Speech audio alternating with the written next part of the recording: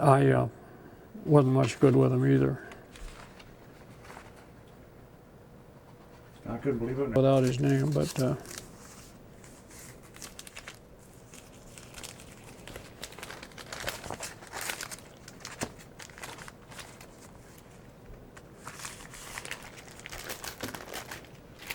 Okay, you want to? I'll talk a little bit about this tube collection. Over the years, I've had many collectors contact me about purchasing their collection and saving it. And this is one of them. This gentleman that had this tube collection contacted me, 10 or 12 years ago. And he said, David, he said, I'm retiring, going into a nursing home. He said, I have this tube collection. I've been a tube engineer for years. But he said, I don't want it dispersed. I'd like to keep it together. And would you buy it from me? And we did make a deal. And he was so proud of this. He had this in the front room of his home right next to the front door. And it is a very interesting collection because there's a few carbon filament Edison light bulbs in here, the very first Edison light bulbs. And also, one of the bulbs right here with the carbon filament has the Edison GE logo. Now, Thomas Edison's research lab evolved into General Electric. And so he's given credit for sort of founding General Electric. I don't know the whole story there, but it did evolve into General Electric. And we have one of the bulbs here that has the dual logo, General Electric and Edison on it, and some of the early Edison filament bulbs. Some very interesting tubes in here, just a fascinating collection. Frankly, most people today don't even know what a radio tube or electronic tube is. We'll have younger people come in the museum and they'll point to tubes and say, what are those things?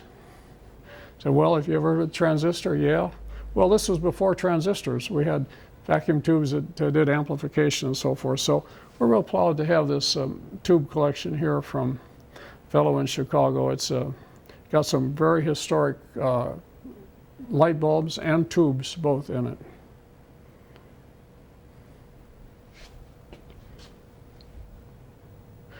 Okay, here's a carbon filament Edison bulb that has the logo Edison GE on it. Down here is a carbon filament. Well, this is carbon filament too, but here's a carbon filament Edison bulb and another one back here. The first bulbs were carbon filaments. They didn't last very long, but that was the way he invented the tube. You know, he went through 10,000 designs before he found a vacuum tube that would, it was a vacuum tube light bulb, that the filament wouldn't burn out immediately. He said, well, it wasn't a failure. He said, I found out 10,000 things that didn't work. The next one worked. So there's a couple of carbon filament bulbs here, some early diode Edison tubes, and a lot of fascinating tubes in here. I don't know if that... Just a bit about our calculator collection here. We have 100 calculators on display, electronic calculators. I have mechanical calculators, but these are all electronic calculators. I didn't personally gather these. My brother was an antique collector for many years, and every time he would see one at a flea market or whatever, he would buy it. And early on, you know, in the 80s and 90s, they were readily available, but they soon became where it was pretty hard to find them unless you buy them on eBay or someplace like that. So we have about 100 calculators on display here from the very first TI and GE, TI, and Hewlett-Packard and the others. And we have about 500 calculators in the whole collection, about 100 of them on display here.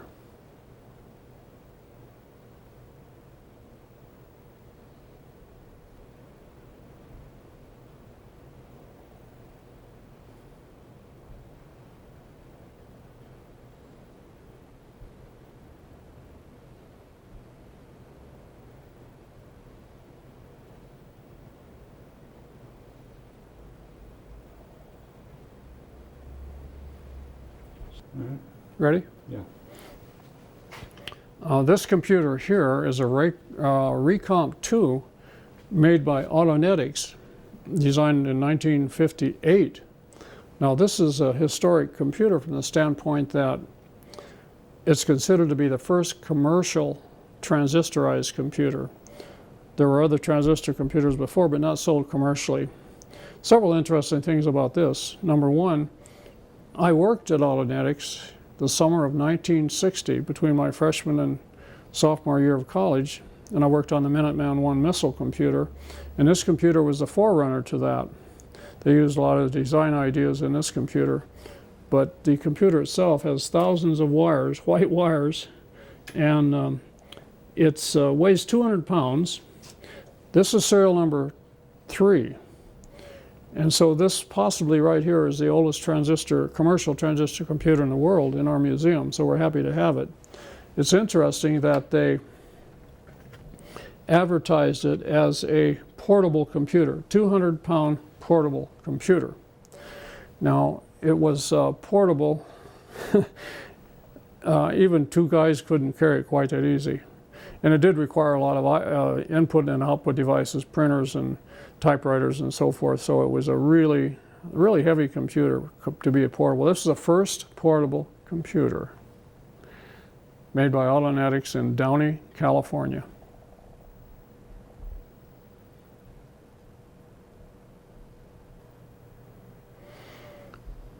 Well, part of our museum does include a small electronic collection from the very earliest the crystal radios on up through vacuum tubes and so forth. Here you see a few ham radios.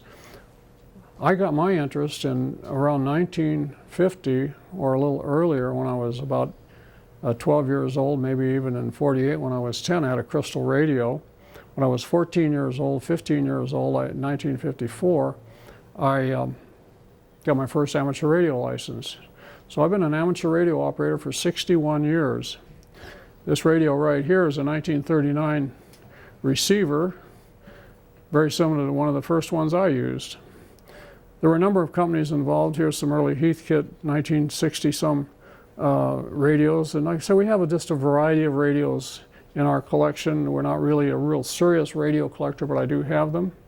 And this one is of particular interest. This is a marine radio transmitter made by Cornell. And what's interesting to me is my first job out of college, I worked for this company. Sidney Koenigsberg was a wonderful fellow. He hired me to run his production department. I'd worked for him a couple of summers in the late part of my college career. So I have no particular interest in this radio other than it reminds me of my first job out of college for Cornell Electronics. I was production manager for marine radio transmitters. Many things happened because of amateur radio. It sort of led my career in electronics. Because I had a radio license, I was able to join the Navy a few ranks up, became second class, third class petty officer, and then came out and went to college. And all the jobs I've had, I would say the extra training I got being an amateur radio operator was a real advantage. We started traveling a lot internationally, and even for Virginia Tech, where I was a teacher for 33 years, the last 10 years we did international work for the university, traveling to various universities, and we always used ham radio as the entry into other universities. It was very interesting. My personal call is KK4WW. And in the early 90s, we were traveling, we realized that we'd have much more effect if we had a foundation, a more official kind of thing to do goodwill work. So we started the Foundation for Amateur International Radio Service in 1992.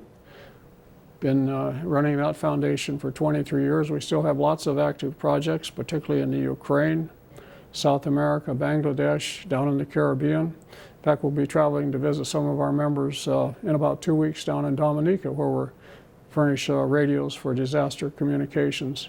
We have an amateur radio station here in the museum, and very effective radio station. Our foundation call is N4USA. N4USA, that's the call for our radio foundation. And we can operate from here. We have 3 radio stations. We have one here in the museum, we have one at home, and we have one out at our farm, at Chantilly Farm. All very nice operating stations, and we use them quite frequently, and we have a lot of guest operators as well.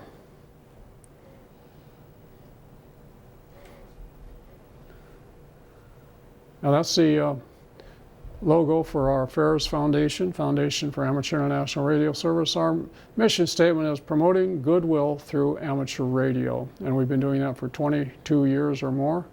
And I've had some fascinating trips into the Soviet Union while it was still the Soviet Union.